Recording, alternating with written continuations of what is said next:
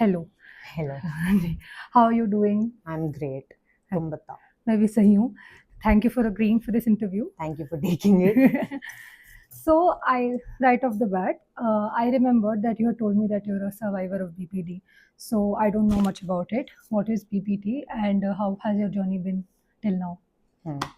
So BPD is basically somebody who has very impulsive emotions or behavior or anger.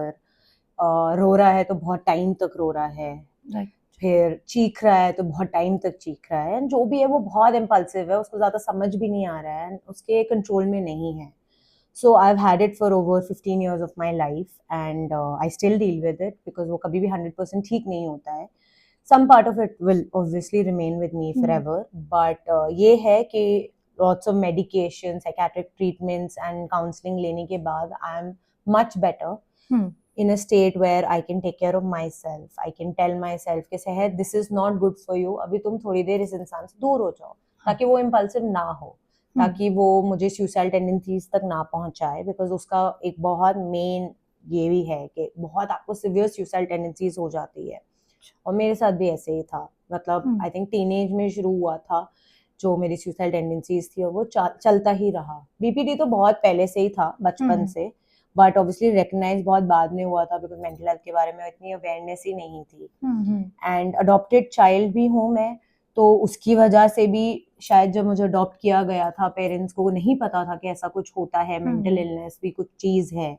And adoption agencies बताते भी नहीं है माँ बाप को ये बातें जो बतानी चाहिए, ताकि बच्चे को बेहतर ट्रीटमेंट जल्दी मिल जाए.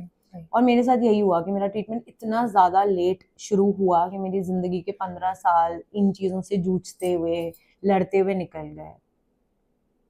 आई सी. वही लोग डिस्कस नहीं करते इन बातों के बारे में ठीक से. एंड मतलब आई मीन मेरा ये भी क्वेश्चन था कि पहले मेरे को लगता था कि मेंटल हेल्थ तो बिल्कुल बात नहीं होती है. And I think ever since the pandemic I notice कि बहुत लोग बात करने लगे हैं. But again it also feels कि मेंटल इलनेसेस, मेंटल प्रॉब्लम्स को एक फैड की तरह भी रिड्यूस करा जा रहा है, like a trend. So what do you think? ये चीज़ मैंने भी नोटिस की है कि आई एम स्ट्रेस्ड, मुझे एंग्जाइटी हो रही है और आई एम फीलिंग डिप्रेस्ड, ये सब बहुत नॉर्मल हो गया है सुनने में. बट इस वजह से लाइक जैसे कॉर्पोरेट वर्ल्ड होती है, स्कूल में, कॉलेजेस में लोग बहुत नॉर्मली ये वर्ड यूज कर देते हैं. अब स्ट्रेस इंसान हो तो स्ट्रेस आपको भी होगा, एंग्जाइटी आपको भी होगी. मैं भी इंसान हूँ, आप भी इंसान हो, बट मेरे को मेंटल हेल्थ इश्यूज डिटेक्ट हुए हैं, है ना. तो मेरा जो है कि वो बहुत लंबा चलेगा. आपको होगा, आप कोई ओवरथिंक करोगे किसी बात को, किसी से झगड़ा हो गया, 5 मिनट सोचोगे, मैक्सिमम आधा घंटा सोचोगे, बट आप महीना नहीं सोचोगे उसके बारे में. अब वो मेंटल हेल्थ तब बनता है जब आप उसी चीज के बारे में सोचे जा रहे हो, सोचे जा रहे हो, सोचे जा रहे हो. अब नॉर्मली तो कोई भी बोल सकता है कि हाँ मुझे स्ट्रेस हो रहा है, आज एंग्जाइटी हो रही है, I am not feeling good, I am not feeling fine. But उसको मिस्टेक कर देते हैं बिकॉज लोगों को लगता है कि अच्छा यही शायद मेंटल हेल्थ है. और कुछ लोग होने के बावजूद उसको रिकग्नाइज नहीं कर पाते. तो ये इसीलिए ट्रेंड सा बन गया है कि लोगों को लगता है कि हाँ शायद इससे हम बच जाएंगे. अगर हम ये बोलेंगे कि आज तो मैं बहुत डिप्रेशन में जाता हुआ लग रहा हूँ, या I am feeling very low, क्योंकि जो डिप्रेशन में एक्चुअली है वो आपको बोलता हुआ नहीं दिखेगा कि आज मैं डिप्रेशन में हूँ, आज मुझे एंग्जाइटी हो रही है. वो आपको परेशान दिखेगा, आपको घबराया हुआ दिखेगा, आपको दुनिया से आइसोलेटेड दिख सकता है, चुप चुप दिख सकता है, बट वो आपको अनाउंस करते हुए नहीं दिखेगा कभी भी कि आज मुझे ये हो रहा है. आप कभी भी किसी का भी सुसाइड अटेम्प्ट के बारे में सुनोगे भी ना, आप यही देखोगे कि अपने लास्ट फ्यू मिनट्स में भी सबसे खुश इंसान दिखेगा आपको. बिकॉज ऐसा ही होता है, आपको बोलने की जरूरत नहीं पड़ती, वो दिख जाएगा. आपके सिम्टम्स इतने स्ट्रांगली दिखेंगे लोगों को कि आपको लगेगा कि नहीं, this is something more, this is just not being stressed और हैविंग एंजाइटी. हाँ, no, I completely agree. And वही जैसे कि जैसे आप बोलो कि सिम्टम्स दिखते हैं, I feel, I mean this is something that I noticed. My mom was diagnosed with OCD in 2020. तो था तो उन्हें हमेशा से ही. My father kind of had an idea कि उन्हें कुछ मेंटल प्रॉब्लम है. ही डिड नॉट नो, मुझे भी नहीं पता था. एंड जो हमने ओवरऑल फैमिली का बिहेवियर देखा, इट वाज यही कि कि ये तो ऐसी घबराती हैं, ये तो ठीक हो जाओ, चलो अब फटाफट ठीक हो जाओ.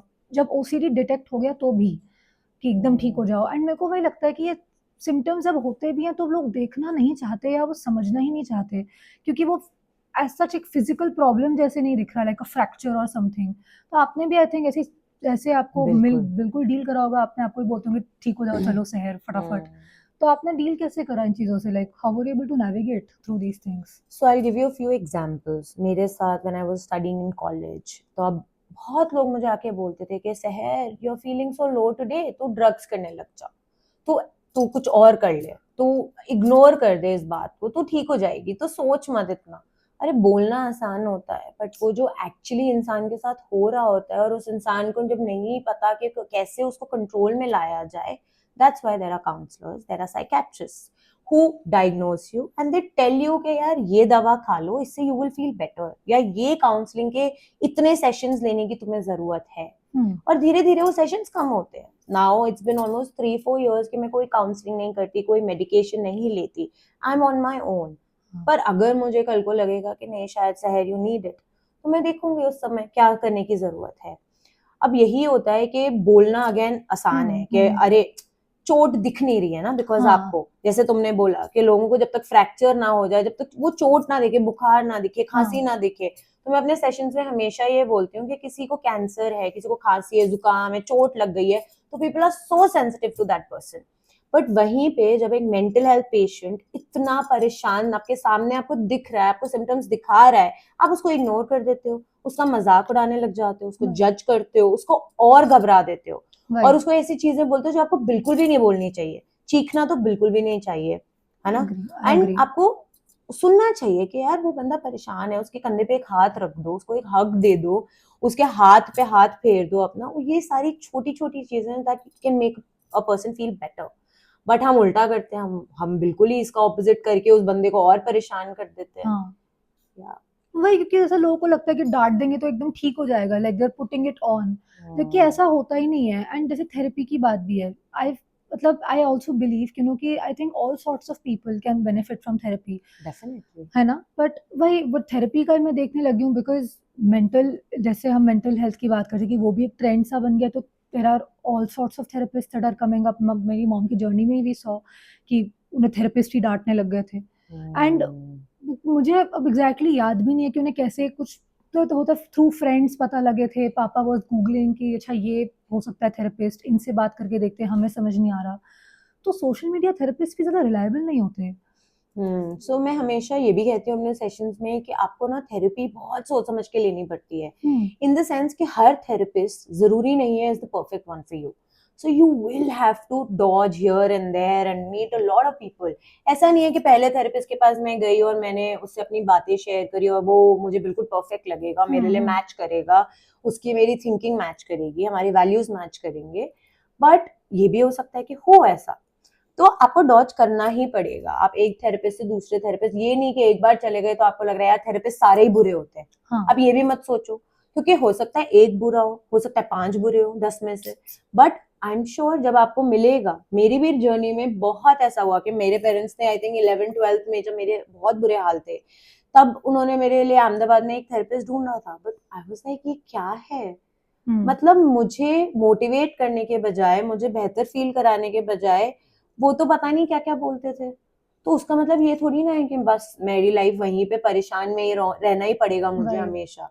आई tried meeting more people, I tried meeting more therapist, I met more psychiatrist, and जो भी फिर मुझे लगा कि हाँ सही है, मम्मी पापा को लगा कि हाँ ये सेहत के लिए सही है, देन वी चोज दैट। हाँ, like you have to move on in life also. बिल्कुल। मैंने आपका वो रिकॉर्ड के बारे में पढ़ा था, like Delhi to lower valley in Kashmir and No, it was 20 days, 20 cities, and 32 sessions that I 32 took. Sessions, Yeah. Yes. हाँ जी। तो that was very cool. And I think आपने फिर बहुत कुछ, बिकॉज आपने इतने सारे सेशंस लिए, आपने बहुत कुछ देखा भी होगा पॉसिबली, जैसे कि मेट्रोपोलिस में perhaps we deal mental illnesses, mental health को differently than in a place जो मेट्रोपोलिस नहीं है, रूरल अर्बन डिवाइड भी। तो I wanted to know about your experience. So mental health एक ऐसी चीज है जो हर जगह है ना। ऐसा नहीं है कि सिटीज में है गांव में नहीं है। अब ये बात है कि सिटीज में थोड़ा, because of social media, because of the news, because of the newspapers, थोड़ा सा अवेयरनेस आया है। अगर हम मेरे बहुत बुरे हाल के टाइम की बात करें, तब तो लोगों को नहीं पता था इतना। तब तो लोग पागल बोलते थे, लोगों को लगता था कि नहीं पागल खाने भेज दो, ये कर दो, वो कर दो, आइसोलेट कर दो इंसान को, बिल्कुल ही बाहर मत निकालो घर से, एम्बैरेसमेंट बन जाता था। अब थोड़ा वो नॉर्मलाइज हुआ है। बट अगेन देन गाँव में जहाँ मैं छोटी छोटी जगह पे बोल रही थी, वहां पे लोगों में अवेयरनेस नहीं है अभी भी उन्हें लगता है कि अगर कोई आपसे डिफरेंटली बिहेव कर रहा है या कोई सिम्टम्स दिखा रहा है तो झाड़ फूक करा लो, आप बाबा के पास ले जाओ, या आप घर में हवन करा लो, ऐसी चीजें हो जाती हैं। But that is not how you are going to help the patient. आप सिर्फ पेशेंट को और भी वर्स बना रहे हो, या आप आइसोलेट कर दो पेशेंट को बिल्कुल ही, कि यो मतलब घर में से निकलो मत, बाहर नहीं जाने दो, लोगों से मिलने ना दो। वो पेशेंट ऑलरेडी परेशान घबरा रहा है दुनिया से, आप उसे मोटिवेट करो कि यार यहाँ तक घूम के आ जाओ, ये करके आ जाओ, आज इससे मिल के आ जाओ, शायद तुम्हें बेहतर लगे। एक्सपीरियंस तो करना पड़ेगा। एंड जिंदगी में हमेशा ये भी कहती हूँ कि हमारी जो हार्ट बीट होती है वो अगर ऐसी होगी तो क्या होगा, हम मर जाएंगे। exactly. और हमारी हार्ट बीट कैसी है, ऐसी है, हाँ. Up and down. And that is how our life is. हमारी लाइफ में अप्स भी होते हैं, डाउन्स भी होते हैं। और अगर हमारी लाइफ में सिर्फ अप्स होते रहेंगे तो भी लाइफ बोरिंग है। हाँ. तो भी लाइफ में कोई एक्सपीरियंस नहीं है, हमें स्ट्रेंथ कहाँ से मिलेगी जीने की। सो लाइफ में अप्स एंड डाउन्स होंगे, और हर तरीके के, हर लेवल के होंगे। बट वो हमें हिम्मत लाकर अपने अंदर, we have to make sure कि हम उससे फाइट करें in the right manner. And that is going to happen only when there are people around you who can support you, है ना। सपोर्ट के बिना तो नहीं होगा। 100%. घर में सपोर्ट होना जरूरी है, स्कूल कॉलेजेस यूनिवर्सिटीज जहां भी आप हो, जहां आप ज्यादा टाइम बिता रहे हो, वहां पे सपोर्ट होना जरूरी है। और वो तभी आएगा जब लोग सेंसिटिव हैं। Exactly. तो मैं वही काम करती हूँ। मैंने जो कश्मीर राइड पे किया, मैं दिल्ली से निकली, मैं कश्मीर तक गई, और मैंने 32 जगह पर लोगों को यही समझाया कि हमें सेंसिटिव होना पड़ेगा ताकि मेंटल हेल्थ को हम हरा पाए। हमें समझना पड़ेगा कि मेंटल हेल्थ भी फ्रैक्चर होने की तरह या कैंसर होने की तरह, खांसी जुकाम बुखार होने की तरह ही है। बट ये है कि वहां पे आप बहुत जल्दी डायग्नोज कर पाते हो, यहाँ पे आपको बहुत टाइम भी लग सकता है, और गलत डायग्नोज भी हो सकता है।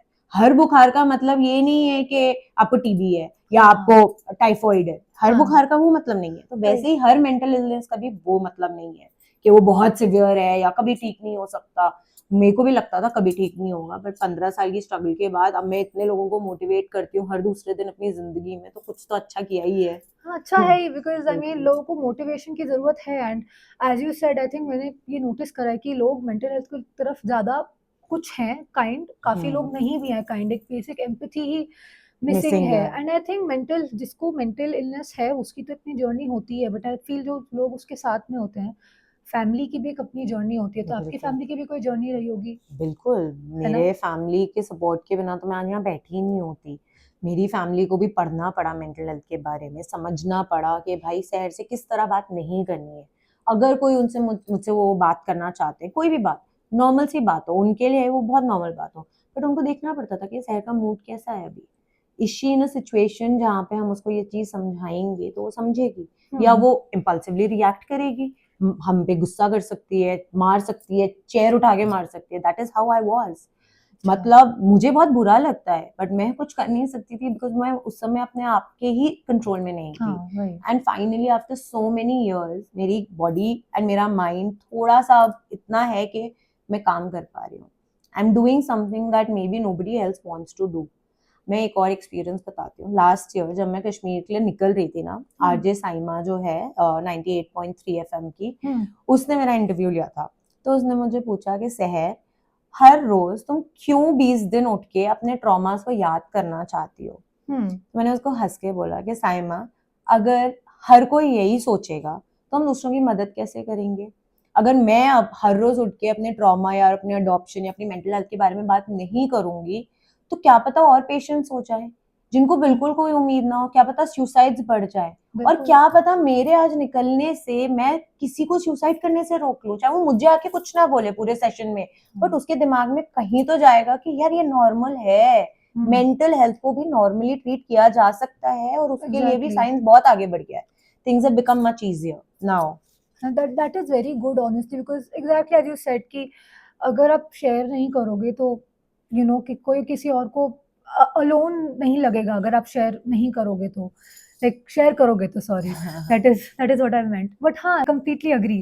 एंड वही, लाइक आई थिंक एक गुड केयर गिवर भी ऐसा ही होता है, लाइक उस समझना पड़ता है बहुत। आई मीन जैसे कि I mean even with my family as well, like गुस्सा आ जाता था कभी कभी। We were pretty new to that, and also because pandemic का टाइम है, हम सब घर के अंदर बंद थे। सो उस समय भी बहुत ऐसा हो रहा था कि हम मम्मा को समझ नहीं पाते थे, बट इवेंचुअली वी ट्राइड कि नहीं, we should try a different approach. वो बस डर रही हैं, एंड आई थिंक ऐसे डर इरेशनल हो जाता है आपका भी, जो भी डर आप, जैसे आप बोल रहे थे कि गुस्सा ज़्यादा आ जाता था एंड बुरा लगता है, but you can't control yourself. तो आई थिंक आप पे लाइक अभी मेरे को मैं सोच रही थी, because I also mention the pandemic. तो पैंडेमिक में तो सभी बंद थे, तो आपके लिए भी पैंडेमिक का बहुत असर पड़ा आपके मेंटल उस मेकअप पे उस समय? सो पैंडेमिक में काफी हद तक ठीक हो चुकी थी, I was okay. In a much better situation. But obviously पूरे दिन मॉम डैड को घर में देखना मेरे लिए बहुत न्यू था, क्योंकि मैंने ज्यादातर स्कूलिंग बाहर की है। बहुत कम ऐसे टाइम्स होते थे जब पेरेंट्स मेरे साथ होते थे 24/7। तो पेंडेमिक में बट मेरी फैमिली ने बहुत ज्यादा उस समय राशन भी बांटा था, लोगों से मिले भी थे, लोगों की मदद कर रहे थे, गार्ड्स की मदद कर रहे थे सोसाइटीज में, अलग अलग जगह। तो वो हमारे लिए बहुत अलग एक्सपीरियंस था। एंड ऑल्सो ड्यूरिंग कोविड मैंने फेसबुक लाइव शुरू किया था। तो अच्छा। हर हफ्ते या हर कुछ दिन में I used to talk about a different topic related to mental health. And बहुत लोग देखते थे। अब घर में बैठे हैं तो फोन तो यूज करेगा ही इंसान। तो a lot of people use to watch it. और मुझे ये पता है कि बाद में भी बहुत लोगों ने आके कहा कि अगर ये शहर ने नहीं किया होता तो आज शायद हम नहीं होते यहाँ। अ lot of people come and say that. तो वो मुझे पता चल रहा है कि मैं तो लाइव कर रही हूँ, मेरे लिए वो लाइव था, एक टॉपिक सोचा उस पर मैंने बोल दिया। बट वो मुझे ये पता था कि कहीं ना कहीं किसी एक को भी अगर वो हेल्प कर रहा है तो it's a very big thing for me and it's an achievement for me. तो I use 100%। To sit and prepare for hours, you know. मैं अच्छे से तैयार भी होती थी कि कहीं जाना तो वैसे है नहीं, घर पे ही अच्छा से तैयार हो, अपना लाइव करो एंड लोगों से बात करो। अब वो मेरे लिए भी एक अच्छा था कि चलो मैं भी थोड़ा यू नो बेटर फील कर रही हूँ कि there are other people and उनकी मदद करके मुझे अच्छा लग रहा है। हाँ, this is a very nice take away for me honestly. तो मेरे पास यही कुछ सवाल थे, यही कुछ मैं समझना चाहती थी आपसे, and thank you for taking out the thank time. You. Thank you. Thank चलो, यू।